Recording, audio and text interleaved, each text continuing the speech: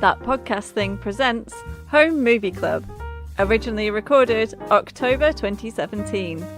Episode number 13, Save Our Souls. Hello and welcome to Home Movie Club. In this episode we have been watching 1997's Titanic, a film starring a big boat, and actually no, I can't even bother to do that joke anymore. Joining me this week, as always, I am delighted to say we have Joe Carter. Hi, Mum. Daisy Swaffer. Hi, Joe's mum. And my darling wife, Sammy Kelsch. Hello, Mrs. Joe. And of course, hello Joe's mum from me. So yes, Titanic, one of only two films to ever make more than $2 billion at the box office. Wow. Making this and James Cameron's other hit, in inverted commas, Avatar, the two most profitable films ever made. Seriously? Avatar? Yep, Avatar was also a $2 billion breaking film. Jeez. I suspect due to the 3D element and the fact that they doubled the price for the 3D showings. But, you know. It didn't hurt. It could not have hurt. I mean, Nope. seriously. The dude knows how to print money. So yes, Titanic, obviously a completely fictional story based upon a true historical event. A film of, I felt, possibly 2, maybe 3 parts. The first part being the love story, the second part being the sinking of the boat, and the third part being sort of a wrap-up. And there did seem to be very distinct parts between them. But that's just my opinions. What do the rest of the podcast crew think? Joe, what did you think of this film? I was expecting to hate it because you'd been hating on it. And I watched it, realised that it's actually not that bad. I didn't cry this time. The first time I watched it when it was on ITV with my mum, we were both crying. But it was still... I hadn't remembered how it started. That was bizarre. But, yeah, it wasn't that bad. Fair enough. Daisy, your thoughts on the film? Given this is my second time seeing it in all of its 20 years, and I hated the first time I saw it because I was expecting a story of the Titanic. On a second viewing, and therefore knowing what to expect in terms of love story, I liked it a lot more this viewing because I was actually able to appreciate the Titanic stuff a lot more rather than going, ugh, love story. And Sammy. Okay, full disclosure. I was 13 years old when this movie was first released. So, I think I didn't hate it then. And now I think it has pacing and editing issues. And it has what I think if I compare this to Avatar in terms of sort of characters and representative morals and the moral of the story, as it were, it feels like it has very Cameron-esque kind of obviousness when it comes to certain elements of characterization and storyline that I found really annoying. Yeah, and this film actually is a first for me on this podcast because this is the first film I actually rage quit whilst watching. He did. I got a little scared. First hour in, and after the first hour, I could not watch anymore. I just quit out of it entirely. I feel like we need to make you a badge or like a hat of shame or something like that. Thankfully for this very podcast, we were actually a little bit behind the curtain. This should have been recorded last weekend, but we were suffering from illnesses among the team. So we actually postponed by a week, which meant that last night I forced myself to watch most of the rest of the film. I say most because I still did fast forward through some of the bits that were interminably terrible. However, most of the second part we watched was the bit where the boat was sinking, which I have to say I enjoyed an awful lot more. I've got to say, you brought this on yourself because this entire podcast concept was your idea. Yeah. I know. You have no one to blame but yourself. You must have known Titanic would be the highest grossing for its year. Yep, She's I not guess. wrong. So yes, Titanic, 1997's highest grossing movie. I do like, there was one small bit in it, which was Jack Dawson, who is the lead, played by Leonardo DiCaprio, has a line in it which is, "I figure life's a gift and I don't intend on wasting it." that echoed quite strongly in my mind as I initially turned the film off and went off and did something else. Life is a gift, and I don't want to waste it watching this terrible, terrible movie. So tell us what you really think, Dave. I loved it. I loved every... No, really, can't stand it. So let's get into the plot of the thing. The film in itself is 3.5 hours long. And I may spend that long telling you fun facts during this podcast. Yeah, the film itself is about 3.5 hours long, but actually not a vast amount happens in quite a lot of it. As Sammy alluded to earlier, I think there are definitely pacing and editing issues with this film. Honestly, somebody, probably a woman, should have gone to this movie and just gone at it with, like a really powerful pair of editing scissors. Yeah, it did not need to be 3.5 hours long. Well, I mean, James Cameron basically got kind of hooked on the story of the Titanic itself after he watched the movie that was made in the 50s, and then he started looking at the whole diving to go and visit the Titanic, and he was like, how can I justify the costs of these dives to go down to the actual Titanic? I will write a blockbuster movie. And so that's what he did. And the problem I have with it is that if he did that and then concentrated more on the ship and the sinkings, it would have been 1,000 times better as a film. But it wouldn't have been as big a hit. It was the love story that made it the big hit. Exactly, and if it wasn't such a big a hit, we wouldn't have had to watch it. So, it starts off in contemporary America. It's 1996, so the year before the film was made. And treasure hunter Brock Lovett, played by Bill Paxton, and his team aboard the research vessel. Okay, this is going to be good. This is going to be Lord of the Rings type level of mashing names. Academic Mislav Keldysh, apparently is the name of the boat. Bless you. Say that five times fast. I'm never going to say that again.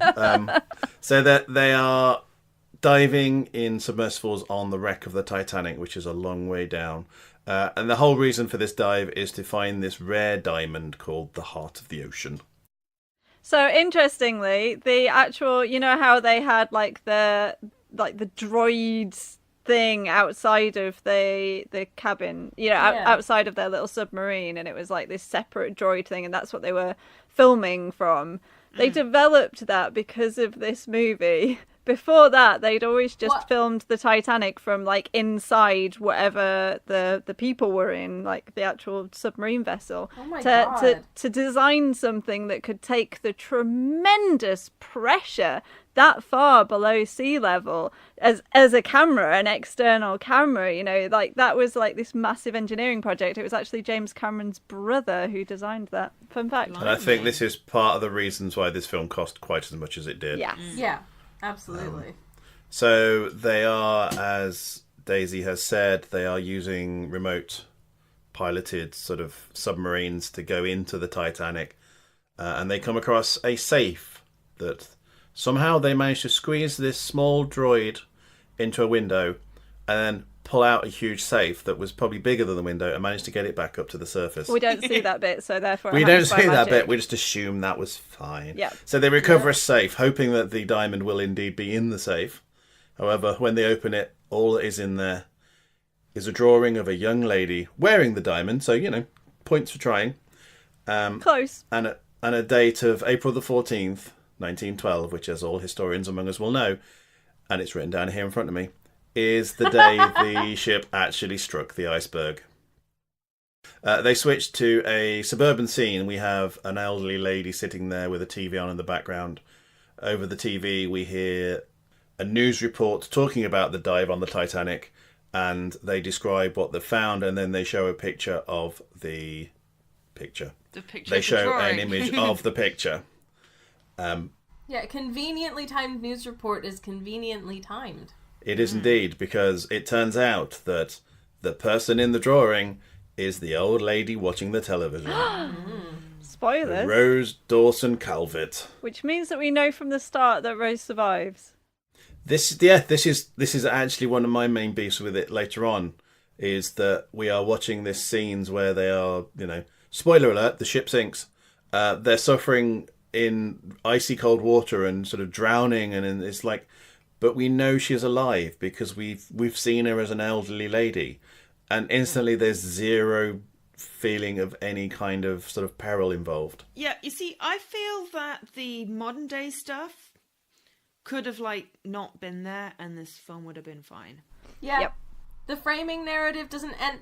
It goes on for a surprisingly long time. Yes. In the beginning of the movie, because in was my so mind, very I remembered it confused. being maybe sort of 5 minutes at the beginning of, they go down and they meet the old lady, and she's like, "Well, it happened a long time ago in a galaxy far, far away when I was on a special little boat." And they choppered but her it's onto this half an hour boat. long. They choppered her onto this boat just to have her sit and tell this story as well. And it's like, you could have done this by phone. But they have her sit and tell the story in the submersible. They get her in the submersible. This is not. Seriously, they couldn't do this down the phone. Yeah, this Yeah. Something. It was like, really, they're on this extremely expensive expedition where every hour is going to cost however much, and they're just going to sit there while she tells them the story. No, Yeah, and they no. do this while they're in a expensive submersible just outside of the Titanic. Exactly. Like, I that mean, is the not whole thing, happening. obviously, that there was what James Cameron was using as an excuse to go down diving on the wreck Exactly. itself. So the whole modern narrative was there simply for vanity purposes. Well, the thing that I did like that they did from that whole beginning section was when they did the really bad computer simulation of what happened to the Titanic when it sank, which, fun fact, they now know is not actually how it happened, but at the time that was how it was understood. The Titanic didn't actually break into two pieces like it showed there. It actually broke into three, and that middle bit was thrown quite away. They hadn't discovered that down there at that point in time. Oh, wow. So yes, we have a situation where she's now in this submersible looking out of a window at the Titanic. And she tells her tale of how she got there and how she survived. And we all go back in time in a wibbly wobbly timey wimey way. They did do a nice transition, though. A transition that they did several times. I did like it where they were like, this is the sunken Titanic, and then the same view of the Titanic as it was, Yeah. They did that quite a few times, and that was one of the things I did like about the modern day bits. Yeah. Yeah, it linked it two together, definitely. Fun fact: the you know how we have the modern day bits, and then the actual at the time Titanic bits. The at the time Titanic bits, the full length of time that's on screen is the exact amount of time it took for the Titanic to sink, which is So that's why the film's so 2 bloody hours and 40 minutes. The film was actually 4 hours in length at one point, and Cameron was forced to cut it down, so be thankful we didn't have another hour. Oh my god. This man needs to be stopped. If the entire time we saw it in 1912 was just literally the boat sinking in real time, that would have been more exciting. Yeah, well, we did, however, fun fact, the iceberg collision itself lasted 37 seconds, and that's how long they had it last on film, so that part is real time. Wow. It's 1912. We're in Southampton, and 17-year-old first-class passenger Rose, played by Kate Winslet, her fiancé, Carl Hockley, played by Billy Zane, and Rose's mother, Ruth, board the luxurious Titanic. But Rose looks fabulous. Can I just Rose, indeed, take a Kate Winslet moment in this. to appreciate looks how good. fabulous Rose looked when she arrived there.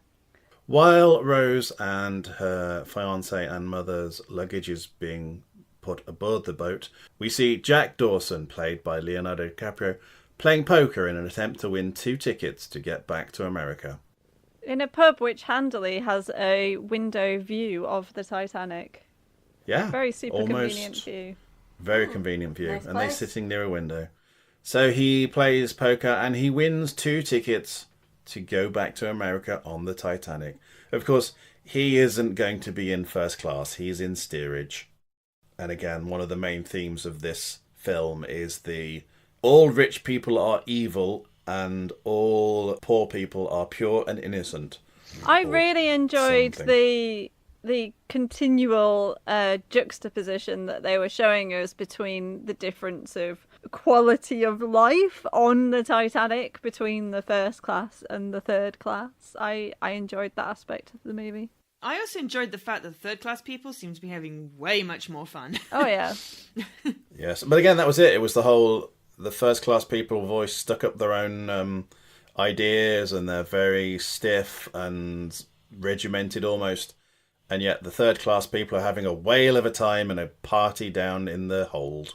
So Ruth, realizing that Rose's marriage is not making Rose happy, emphasizes the fact that the family's financial position isn't great, and marrying Cal will actually help them retain their high-class lifestyle. However, distraught over this arrangement, because although I'm sure Billy Zane is a lovely, nice person, He seems like a nice man. Cal is an absolute horrible, horrible person. Rose actually considers suicide as opposed to going through the marriage, and tries to jump from or rather climbs up on the stern and attempts to jump off the boat. Which, again, opens a question, were there no deckhands anywhere near them?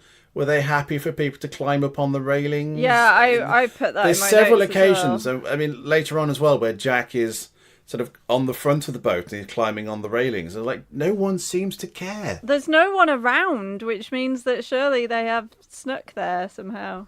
Like, Yeah, you never see anybody else on that front part of the boat apart from Jack, his friend at one point, and then Jack and Rose. You never Spoiler. see anybody. I'm surprised that we never saw any sort of like staffers or, you know, like security or something around there. To being be like, fair, hey, this was this back, bit of the boat is dangerous. 1912, and, you know... Yeah, but a I ship imagine... that size is going to have a pretty substantial crew. Well, yeah, but Like, they're not somebody necessarily would have going to been be out there. concerned with people throwing themselves off the boat. I think if you look at the amount of money they've paid for tickets, they would be concerned about things like that. But Fun fact, the most expensive first class suite on the Titanic cost at the time $4,350, which in today's money is about $75,000. Wow. It's a boat. I mean, that was the most expensive of the first class suites, but yeah, $75,000. That's a lot. it's just to remember, this is 1912, and a boat is the only way to get across the Atlantic to actually get to America. Yeah. So And if it, you're and going it to do takes it, like a week or whatever as well, you know. It's not like if it's you're an going to overnight do it in flight. style. Considering how it ended up, I really hope they got a refund. Well, yeah, no comments. So we have a situation where young Rose is climbing over barriers and no one seems to mind. But she's discouraged and stopped when young Jack Dawson, played by the dashing Leonardo DiCaprio or something, who is a penniless artist, intervenes and discourages her from jumping. I like that he didn't tell her don't do it. He just told her what the consequences of her doing it would be, which would be him jumping in after her and what that would be. Yeah, Yeah. that was really well handled. Yeah, I liked that. It was a lot better than saying don't do it. It's also a nice foreshadowing for when people, you know, actually fall off the boat in great numbers. Yeah. There was an awful lot of foreshadowing in this film. Yeah, at he times. did describe how cold the waters were going to be in quite some detail, yeah. It felt like Yeah. you're just setting yourself up for the inevitability of actually having to experience this later on, bud. Yeah. Which I think So- means that we can blame Jack Dawson for the sinking of the Titanic there. He jinxed it. I think Oh it's my all God, his fault. he jinxed Absolutely. it. It's all his fault. Yep. Wow. Yeah. Anyway, moving on. Jack manages to convince Rose that she doesn't want to jump over the side. However, unfortunately, she slips, screams, he catches her, he pulls her up, but in doing so, the crew, alerted by her screams, come running up and assume the worst. So Well, he's put in yeah, at that handcuffs point, and- they've heard yeah. screams and they come to find a third-class bloke on top of a first-class woman on the deck. So With her I can clothing in understand disarray. their assumption. Yeah. Yeah, that's fair. But Rose vouches for him. They make up the story that she was just peering over the edge and slipped, and that Jack saved her. Yeah, but that was really weird because he was in handcuffs and she didn't say beforehand, hang on, he saved me. No, No, but she's also 17 and posh and awkward. And really Yeah. not wanting to And- let on that she just tried to top herself. Yeah. No. And really that would does be not want to let several- on that she just tried to kill herself, for sure. Several inconvenient questions and probably spending the rest of the voyage locked in her room. Yeah. However, Cal, her fiance, is pretty much indifferent to all of this. So she She's suggests a terrible person. she suggests to him that Jack deserves a reward. He offers him, what's it, like £10 or something first? Something, it wasn't a lot of money. It was a ridiculous amount of money, which she was very, very insulted by. Is that all my life is worth? Yeah. So instead, he invites Jack to dine with them in the first class dining the following night.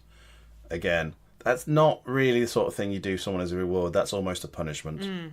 Yeah, no, that's just mean. Well, that from their arrogant point of view, that's a reward. Yeah, I Allowing guess, this true. third-class person to join them in their opulence. Ooh. Oh, pardon me, Mama. I'm going to play the grand piano. So yes, Jack and Rose are developing this tentative friendship, despite Cal and Ruth, the mother, being wary of him because he's American. But then, and we go from poor. Jack is invited to dinner the following night, and then the next thing we see, Jack and Rose are in the day having a nice stroll together along the deck, and it's like, well, hang on. Yeah. Are you meant to be hanging out together now? How did you arrange this? What? Yeah.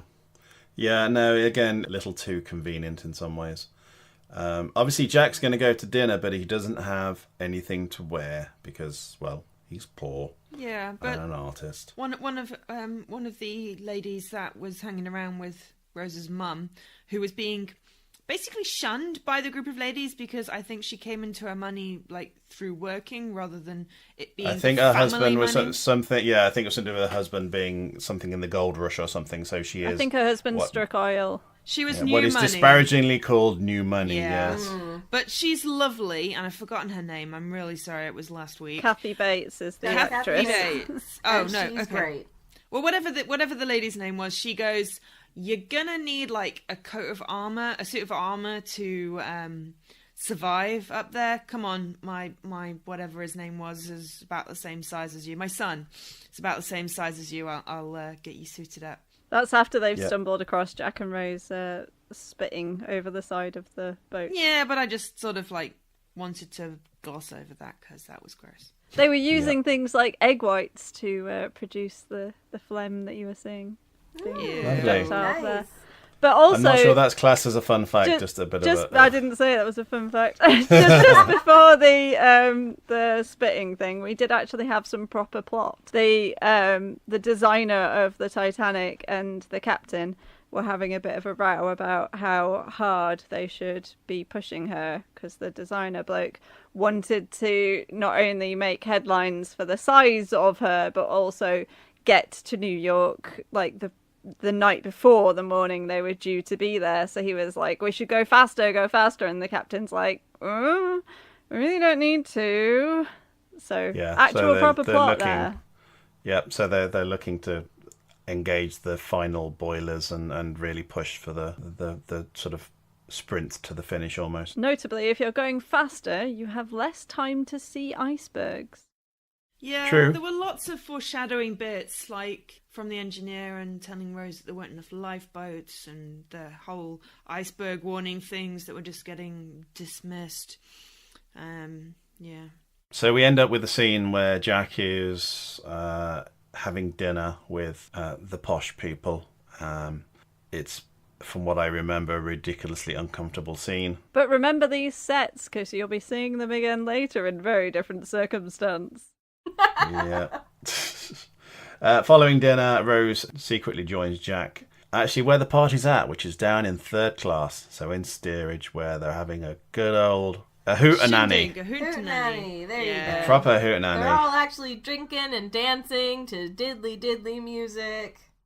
Fun fact, Leonardo DiCaprio and Kate Winslet both learnt how to dance the polka. Because that was the official state dance of the state that Jack Dawson was from. Wow. Nice. Nice. So that's what their funny little foot things are. That's the polka.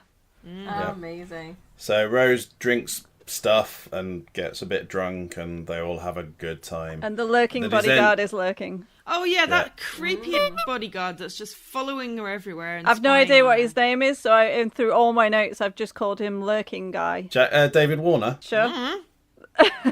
if you say so. David Warner is a classic British actor who was in Tron and one of the Doctor Who episodes with the Ice Warriors in the submarine. Good. He was in an excellent Star Trek as well. Well, He was in in 2 or this, he 3 was excellent Star conscripted to Treks. lurk, and lurk he did.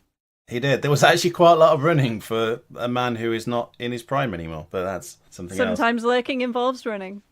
Indeed. Fun fact, I briefly met David Warner once in Wales.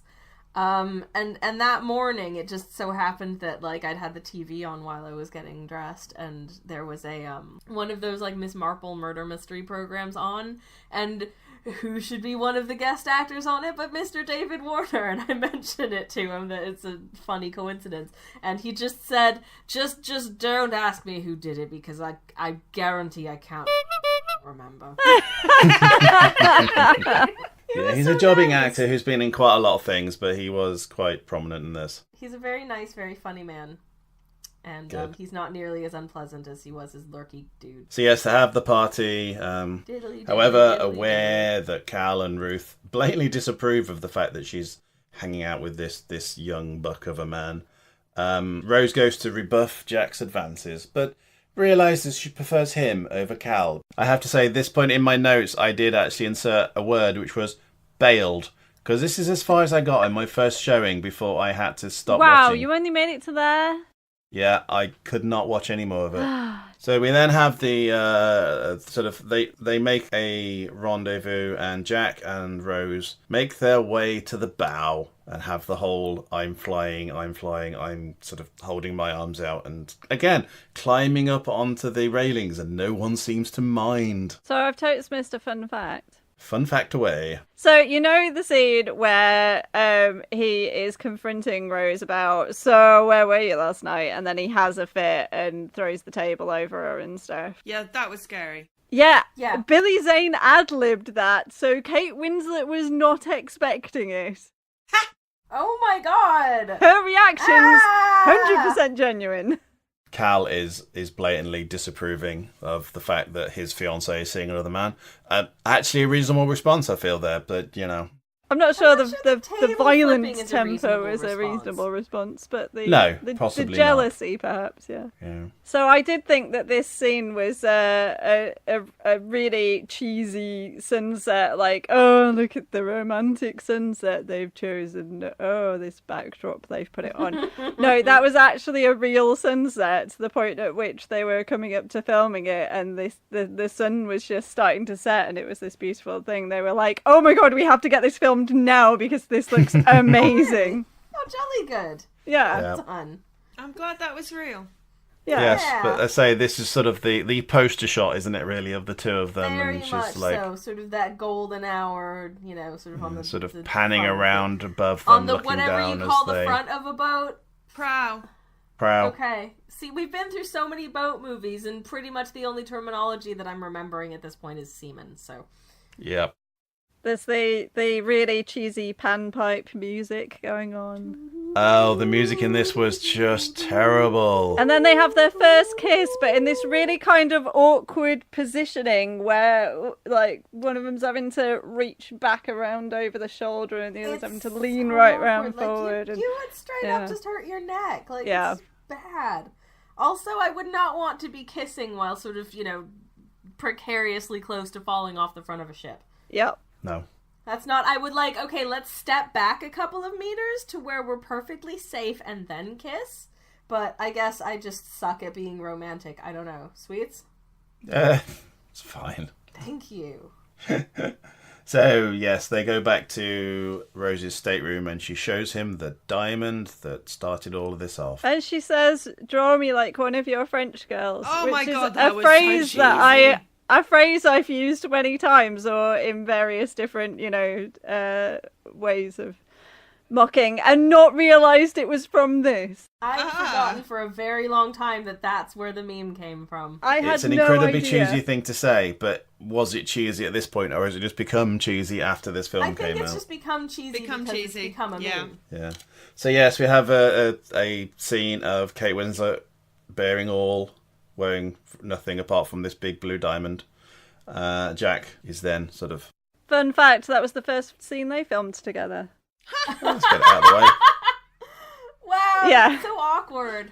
Well, they didn't need they didn't need all the, you know, the big boat sets for it, so they were breaking them in with the nice easier sets, that which makes meant sense. the nudie scene. But Kate Winslet's never been particularly body shy, so she wasn't particularly fussed about it. No.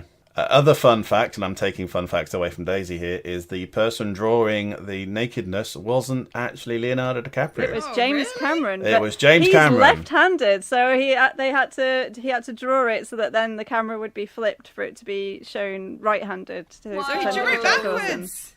Whoa! Well, I think they just got her to lie facing the other direction. I don't think it was necessarily backwards, but... Oh, yeah, that makes more sense. So, But when she was posing for James Cameron for him to draw her like that, she was wearing a bikini. So he made up the So he just details. extrapolated the boobage and... Yep. Right. fair enough. Well, he did a very good job. It was a lovely drawing.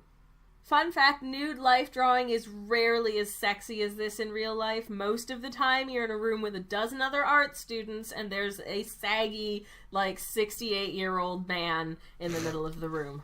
I imagine the saggy ones are more interesting to draw because they're going to have more folds and detail. Honestly, a good life drawing student should not care about whether or not the model is attractive, because that's not what it's about. It's about learning to draw different forms and, getting the details and shapes and how bodies look in 3D kind of thing, and as opposed to, Boobs. Boobs. and sort of, and all that jazz. You're not focused on that. So Jack Dawson's drawing here, was that charcoal he was using?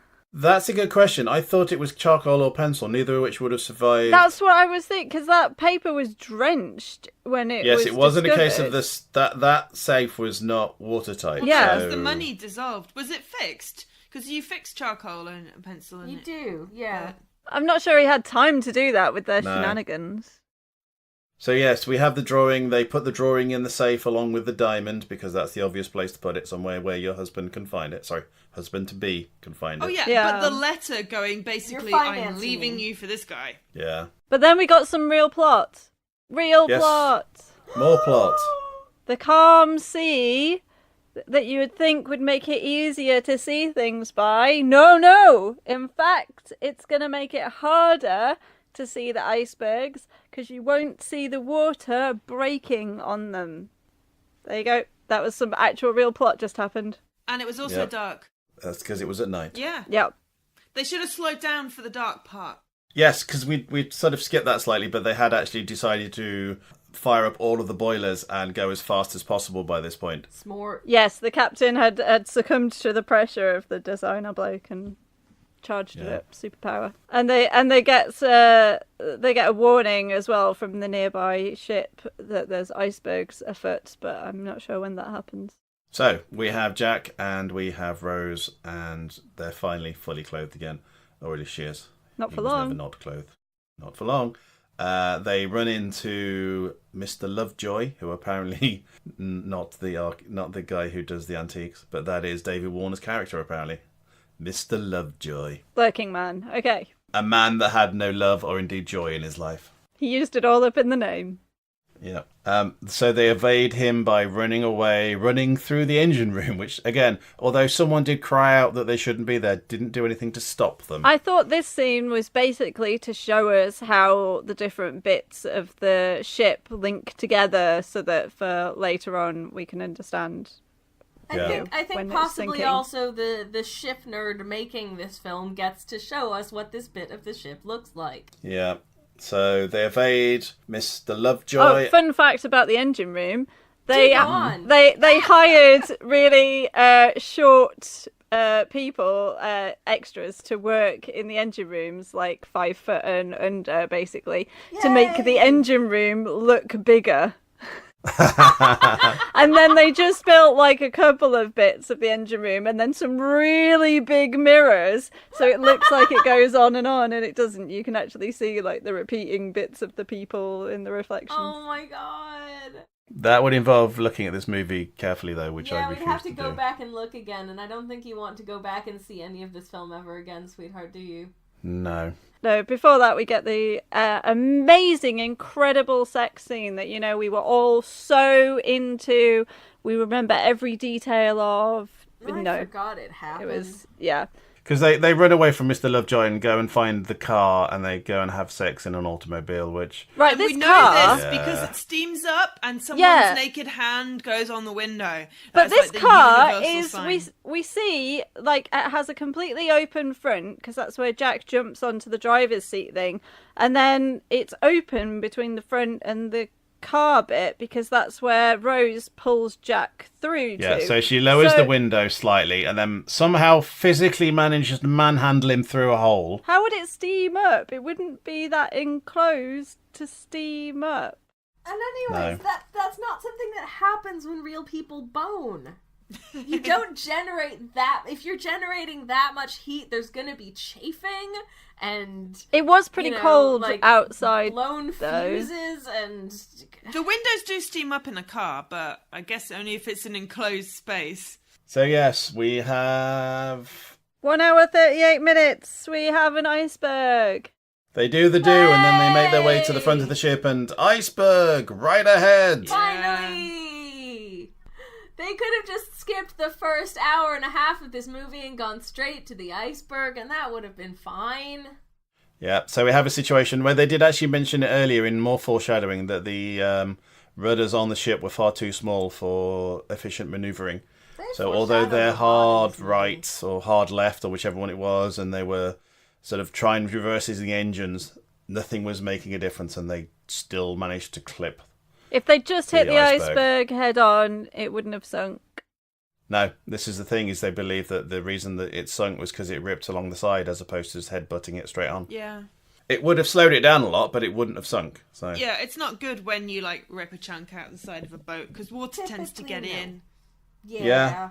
yeah. So then we're like, oh my god, yay! It's the real plot and the iceberg, and we see the engine room start flooding, and lads who didn't manage to make it out quick enough get locked inside, and then we're back to Jack plot, and it's just like, what? No, stop this! I want to see the Titanic sinking.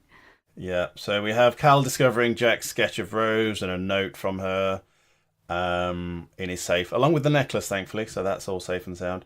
But then when Jack and Rose attempt to inform Cal of the collision, Lovejoy slips the necklace into Jack's pocket and he accuses them of thieving it. Of course, you know. And they lock him up, chaining him They up. lock him up. They lock him up in the Mastrodam's office. Yeah, this is kind of creepy, this part. Bad time to get locked up on a boat. Yeah, Cal puts the necklace in his own coat pocket, and and then the ship starts sinking proper. 5 compartments are flooded, and she can only stay afloat with 4 of them flooded. So yes, the boat is now making a concerted effort to sink, much to the relief of everybody. With 2,200 souls on board. And so they start getting the women and children to the lifeboats. I liked again the juxtaposition here of how the first class and the third class were told to put their life jackets on. Yeah. So the ship is sinking, still, thankfully. Oh my god, this bit takes so long. They put out a Yeah, distress so call. they're in the they put out a distress call. Rose and the mother are putting the boat, but then Rose runs away and tries to free Jack because she loves him. And they basically chained him up to drown. Yes. And then there was a wonderful scene where she tries to free him by taking an axe and chopping his hands off. Oh my god, that was ridiculous. The water was so cold, there's no way that scene would have worked. It's not only that, but actually, so just to describe it for the listeners, so we don't have to make them watch this rubbish. You have Jack, who's got a handcuffs around a pipe. His hands are sort of side by side to the pipe, and then the handcuff metal is over the top of it. So she hits it with the axe. She's got a fire axe from one of the fire points. And as doing so, it slides down the side of the pipe, but somehow doesn't manage to cut Jack's hand off at all. It's just rubbish. It's an impressive demonstration of skill, question mark. So yes, we have another few scenes where they're trying to get out from down the bowels of the ship and are sort of getting trapped and having to swim. And again, more false jeopardy because we think, are they going to drown? Well, no, because we've seen the older lady already. So it's like, just get on with it. Yeah, and then they get to the gate where the third class passengers have basically been penned. Locked in, yeah. There's no actual evidence that the third class were ever locked down below like that. Fun fact. There is or there isn't? Not that fun. Is not any evidence that was actually But it makes what for happened. a good movie, I guess. I mean, it might have happened, but there's no evidence to say that it did. It might make for a good movie, but in this case, it didn't. No. It was this whole thing was like it was okay up until when they hit the iceberg, and then it was just like, sink already, Jesus. Oh, in fact, more specifically, the papers that were released by the Public Records Office showed that third-class passengers were not locked below decks. It's possible papers were wrong, but those papers released by the Public Records Office showed that they weren't. So yes, we go back up to the decks, and Cal and Jack both encourage Rose to get on a lifeboat that's leaving. Cal claims that he can get himself and Jack off safely. That sounds wrong. However, after Rose boards one of the boats and begins to be lowered, Cal tells Jack that the arrangement is only for himself and that he is still a heartless git. Well, this is the bit where Rose goes, "Oh, I see that evil glint in Billy Zane's eyes," and leaps off the lifeboat onto one of the decks. And then you've got them running towards each other. It's like, Jack, Rose, Jack, Rose.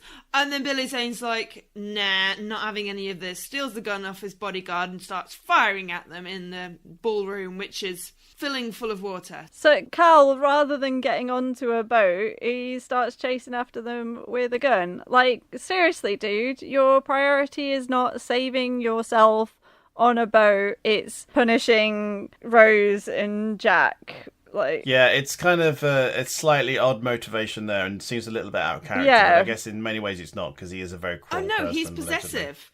He cannot let anybody else have his possessions. That's the thing. He doesn't even, like, there is no way he can possibly still actually want to have a relationship with this woman who clearly isn't interested, clearly doesn't like him, clearly has reasons to not like him and not be interested, but the fact that he's so like, no, you belong to me, it's literally, it's like, it doesn't matter that she's a person, it's just that, you know, this is mine and no one else can have it.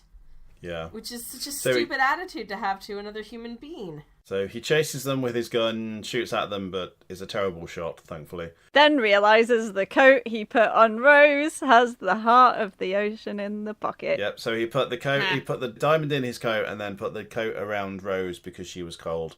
And then she runs off. And thankfully, when she leaped from the boat back onto the Titanic, the pockets weren't sort of emptied out, which would have been the end of the story, really. Yeah, that was a bit unrealistic.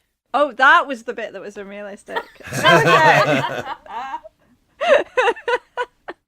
So he gives up chasing Rose and boards a lifeboat by grabbing a lost child and pretending it's his. So again, I thought that was quite such a smart way of doing paragon it. of human virtue. Oh yeah. The bit where Jack and Rose come up to a locked gate and the water is filling and filling, and then there's that super convenient guy passing on the other side who just so happens to have keys. Like, that really felt very manufactured drama. Extremely so. It was all manufactured. It was terrible. Yeah, but that one really felt it. That was really convenient, because usually when you get locked into a place, there's no one around. Whereas, they're on a sinking ship and, oh, lo and behold, a locked gate. Oh no, there's conveniently somebody with keys. That never happens. With extra drama of keys being dropped and fumbled and locked and... it was really... They make their way back up to the deck of the boat. We have a scene where Captain Smith, the captain of the Titanic, once again played by Bernard Hill of Two Towers fame. So it was weird in this as well, watching him in this. So Captain Smith is aware that the boat is sinking and aware of the tradition of the captain going down with the ship, which I have no idea is actually a naval tradition or not. Seems a bit wasteful to me. It is in the movies. It is in the movies, definitely. Locks himself into his cabin, and then as the water rises outside, his cabin succumbs to the outside pressure and he drowns. And then the musicians on the ship decide to stop playing, but then one of them carries on, so they come back and they all carry on again. Oh. Which is really... That bit nearly made me cry. That was kind of sweet and poignant. Well, because it was true as well. So. Well, there's the urban legend that they did, but I don't know if they actually did stay playing while the Titanic sank. I don't know if there's any proof of that either way. Well, I think eyewitness accounts, wasn't it? And then you had Victor Garber, the architect guy, who gave Rose his life jacket. I don't know at which point this was, but at some point he gave her his life jacket, and he basically is drinking brandy, and he's also going down with the ship. So, fun fact, when they're playing the sad music and we're seeing the fate of various people, where one of the ones that we see is an elderly couple hugging on a bed. Oh, yeah. While we see the water coming in on the room. They were the owners of Macy's department store in New York. And they both died on the Titanic. And she was offered a seat on the lifeboat, but she refused, saying that she would want to stay with her husband, that as we have lived together, so we shall die together. And so that's where they got the inspiration of the moment in the film where Rose goes, where you go, I go. You see, these two lying on the bed, sort of dying together, was 1,000 times more romantic than anything Jack and Rose had. So that, I mean, that was, those extras were given the parts of those particular real people who were on the Titanic, and I think it was something like over 250 of the extras were given individual by James Cameron. This is the actual person on the Titanic who you were. This is the backstory of this person. This is who you're playing, and you were really on the Titanic, you know. And I like that depth of the, you know, the people who are really there. Obsessiveness. Yeah, the depth of the obsessiveness. Yeah. Detail. I liked that. So yeah, Jack and Rose get to the deck but realise all of the lifeboats have departed. You get passengers falling to their deaths as the stern slowly rises out of the water as the prow sinks. The funnel collapses on Jack's friend, who he won the ticket with at the beginning, and it's like, oh yeah, him, we've not seen him in ages. Oh, he's dead now. Yeah, we see him briefly in the hootenanny, and then we see him briefly as they're trying to make their way out from the lower decks, and then he dies. Yeah, it's like, sorry about that. No, we also saw him briefly at the beginning of the film when they're on the Titanic, when they do the Jack and Rose pose off the prow as well. Yeah, that was funny. Ah, yes, of course. But I have no idea what his name was. Fun fact, when they filmed the scene where the water comes crashing into the grand staircase, there was so much water that they had to use for this. It destroyed the set as it went through, so they had to do that in one take and one take only. And it, when the water came in and it kind of lifted all the stairs up as it came crashing through, the grand staircase doesn't exist on the sunken Titanic anymore. So they think that what happened when they filmed that to the staircase is probably what happened to the staircase in real life. So yes, the ship is slowly angling away, so the back is rising as the front is sinking. Although at one time we get it so that the angle of the ship is around 25 degrees and yet all the ropes are still perpendicular to the windows. That annoyed me. But it gets to a point where it's obviously the back end is too far out and too heavy and it breaks in half. At this point we have a ridiculous scene of Jack and Rose hanging on for dear life as this 1,000 tons of ship slaps back down in the ocean like a tail of a whale. And they survive this, bizarrely, although most people don't. And then it gets sort of lifted back up again as the front of the ship, still attached, sucks the rest of it down. So you have a situation where this boat's being drawn down into the water and they're kind of riding it in almost like a surfboard. Like the worst theme park ride ever made. Yeah. Yeah, and for all the money spent, I know this was 97, but the special effects were quite terrible in some points. Really did sort of almost bring you out of the fact that you're watching a terrible film about a boat sinking. I was just watching them go down there going, well, they're going to get sucked down with the ship. Oh, yeah, no, that's why they took a deep breath, because Jack knew yeah, they were going to that get helps. sucked Not down. going to help. Under the sheer force of the ship sucking them down, they'd surely be able to swim back up before they run out of air. Yeah, Yeah, exactly. even though the air was actually leaking from their mouths the entire way, which just doesn't happen either. Well, that's Yeah. because they needed bubbles in the filming, you know. Because bubbles look This cool. was a film of certain flaws. I'm being polite there. This was one of the worst scenes because, yeah, no, it was terrible. But they survive because, of course, they do. Not only do they survive, both of them, but they manage to find each other in amongst all that just sea of 1,500 bodies in the water. And wreckage of ships and... Yeah. People screaming and Yeah. shouting and wreckage. They find each other and then they find their way to And a Jack wooden board. Jack finds a floating bit of door or whatever. Then he goes and finds Rose. Then he takes her back to the floating door. And in that meantime, no one else has nicked the door. I don't think so. Yeah. Yeah, seriously, that door would have been swarmed. Yeah. Come Yeah. on. I mean, the door isn't big enough to float both Jack and Rose, so Rose gets on it and Jack stays in the water. And So, fun fact, in 2012, Mythbusters did a Titanic survival episode, and they tested whether Jack would have been able to go on the door as well without submerging it. And yeah, he could have. They just needed to strap Rose's life vest underneath the door to add to the buoyancy. Oh my god. Okay, but they wouldn't have thought of that. And she needed her life vest anyway, so that when everyone's dead and frozen, she can swim across and get the whistle of the dude so she can get the lifeboat. They got James Cameron onto the show so to explain himself, and he said that Jack needed to sacrifice himself for thematic reasons, since his only concern was Rose's survival and not his own. Oh man, are we getting to the best bit of the film? we are. It's what the end titles. Yes, we're getting there. Cameron did concede that he could have used a smaller door to make it more plausible. Yeah. So yeah, we're getting near the end of this now. It's all getting a bit kind of. Then we get Ewan Griffith, who's been organising the lifeboats. Yep. Yeah. And out of all those lifeboats, there were 1,500 people. This is quoting old Lady Rose on the program there. 1,500 people went into the sea. 20 boats floated nearby.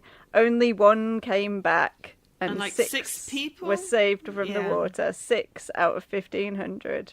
And afterward, the 700 people in the boats had nothing to do but wait. Wait to die, wait to live, wait for an absolution that would never come. They really did wait too long. But we were seeing the reasoning from the other people on the lifeboats going, if we were to sail in there, the boat would get mobbed and we'd all end up in the water. So I can see it from their point of view. But then Ewan Griffith, I don't know whether that was what really happened. Ewan Griffith's character doing the bunging the boats together and shoving everyone off one of the boats so that it was a completely empty one for him to go in and get them. But yeah. Yeah. So then Rose manages to swim to a whistle and they come and get her out. And Wait, no, guys, we missed the best part of the movie. Because ever since 1997, the best part of the movie, as far as I'm concerned, is the bit where, you know, Jack's going on about, like, and I want you to never let go of that promise, Rose, don't let go. And then she says, I'll never let go. And then she lets go of his hand and he sings.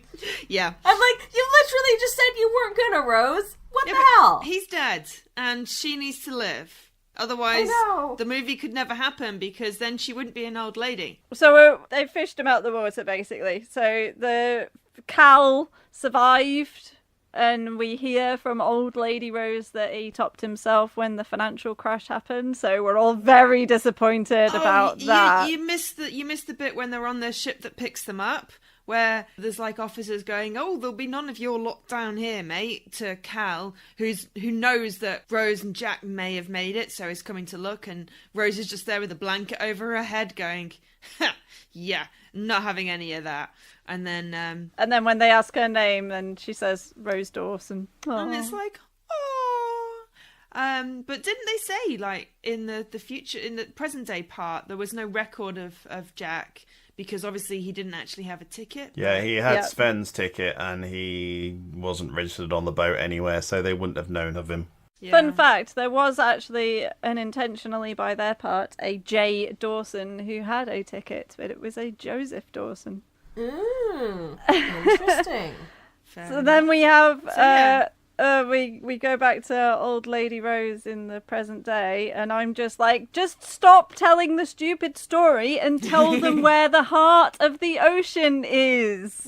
Well, And she's it's still in not her telling pocket. them. It's been in her She's pocket all had these it years. all. She's still not along. telling them. She's still not let on, and it's so annoying. So yeah, we get to a sort of finalised scenes. It's late at night and she walks onto the deck in In the freezing, Freezing cold with in bare her feet, 90, in nightgown. She's 100 years old. This whole thing is just ridiculous. old Most lady feet. infuriating scene ever. Yeah, so Oh, she climbs up on the did we railing shout again. At the TV? We shouted at the TV. I Yeah, did. Yeah. climbs up on the railing again and then just drops the heart of the ocean, which she's had with her all this time, With a little like, whoops. into the ocean. At the So end. annoying. And then she goes back to bed and dies. Does she? Or possibly is just dreaming. It's open to Probably, interpretation. because she's just been in a 90 in the freezing cold and she's 100 years old. It's open to interpretation, but I read it, or sorry, I sort of watched it as, because what happens is we see her then in bed and she's very still, and then we have this scene where they're back on the Titanic where it's still in its glory before it sinks.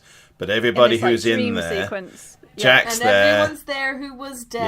Yeah, only the people who died are there. So I think I missed that bit. Was that at the very it's end? at the very, very Yeah. end. So it kind of implies either she's Yeah. died and she's gone and joined It- the lost souls of the They're Titanic. kind of going through the wreckage of the ship, and then it sort of magically morphs back to like its glory days. Oh, no, Yeah. I do vaguely remember that. That's Yeah. yeah, it's showing Rose being reunited with all the people that she lost when it sank. Yeah, and yeah, So that's it. not sure whether she's died or she's asleep. So Well, I've got a whole load of other fun facts. bring them on. Pick one, and then we'll one. finish. Okay, I'm going to pick one. It is that Paramount had to send out replacement reels to theatres because they literally wore out their copies. Yeah, the film was so popular that they put it on so Oh. regularly. And it's just This was the first film to be released on DVD/VHS whilst it was still being shown in theatres. That was two, sorry. Blimey. 1997. Does nothing else get released in that year? It's just... I don't I know. don't know. It was at number one in the US box office for a record 15 consecutive weeks. Okay, that was three. Yeah. I know, Joe, you didn't hate this film quite as much as myself did, and I guess Sammy did, but No, it was pleasantly diverting. It wasn't as bad as I expected it to be. It wasn't, it could have done with being half the length. it was exactly as It was long as I okay. expected it. Exactly as bad as I expected it to be, and exactly as long as it didn't need to be. Yeah. So yes, that was Titanic. Yeah, I don't need to go through It final sure thoughts of was. myself because I think everybody knows what my final thoughts are. But Joe, what are your final thoughts? It was enjoyable, pleasantly diverting, not as bad as I thought it would be, but it could have been half the length and I would have been happy, and it really didn't need the present day stuff. And Daisy, your final thoughts? I liked to watch this from an eye of, this is like a bird's eye view on the Titanic. Ignore the plot and the characters because they were just irritating, and go very interesting seeing how the third class contrasted with the first class, and then how everyone was behaving when it was actually sinking and that kind of thing. And from that point of view, and from the point of view of finding out all of these little trivia tidbits about the making of it, I found that quite interesting. So because I knew to expect the ridiculous love story this time, I found it a lot easier to just kind of ignore that guff and enjoy the Titanic parts of the movie. Yeah. And Sammy? Yeah, I was just too irritated to ignore the like terrible plot and characters. This really sort of obvious overarching theme that, sort of like rich people are scum and poor people are, just sort of morally superior and pure and inspirational and yada yada yada. But also, I think we got tantalizing glimpses at the beginning and end of the film of sort of Rose having gone on to live this remarkable life. And I think that movie would have been so much more interesting than this guff. You know, Yeah. I want to go see her like flying an airplane and having brilliant careers and whatever. All the things that Jack said that you'll do in your life when he Yeah, was yeah. talking her down from committing suicide. Learning just how like to ride a take horse that little bit where he properly convinces her not to kill herself. Then we skip to she survives the sinking, and then we skip to she actually goes and does stuff instead Yeah. of them just telling us. Yeah. It was just crap. Yeah. Honestly, it was over budgeted crap. I mean, my final thought, I guess, would be did any of this actually happen? Yes, we know the Titanic sunk. We've seen the wreckage. But all of this... Kind of a spoiler. All of this was from a very unreliable narrator. She was an old lady who could have made all of this up. Right, so let's wrap this up then. So that was Titanic. It was, Too long. too long. It was very long. Too much love story, not enough sinking of ships. Okay, so that's it for Titanic. Next time we will have 2012's The Avengers, or as it was called in England, Avengers Assemble. Avengers, assemble! Because The Avengers is a old TV series that did have a slightly terrible movie made about it, so they had to change the name. Next time it is going to be Avengers Assemble / The Avengers, and we will be looking at that in 2 weeks' time. So until then, I'd like to thank Joe. You're welcome. I'd like to thank Daisy. Yeah, anytime. No, not ever again. And I'd like to thank Sammy. Never, ever, ever again. And I'd obviously like to thank all of our wonderful listener for... No, we have more than one because my friend Paul is listening, so maybe shout out hi Paul. Hello, Hi, Paul. Paul. And I am so also sorry, Paul. Sam and my mum. So Sam, that's 3 people. Shout out to Stuart if he makes it this far. New listener Stuart, who I know through my Epbot group. If you make it to this episode, whatever number this is, Stuart, well done. Well done. And if Keep you make going. it to the end of this episode, even more well done. So thank you for everybody for listening, and we will be back for the Avengers Assembling Heck in yeah. 2 weeks' time. Hulk smash! Hulk smash. Bye. Bye. Thank you for listening to Home Movie Club, part of the That Podcast Thing Network. Find us on Twitter at podcast_thing and on Facebook by searching for That Podcast Thing. Please like and subscribe for news of our future episodes coming soon.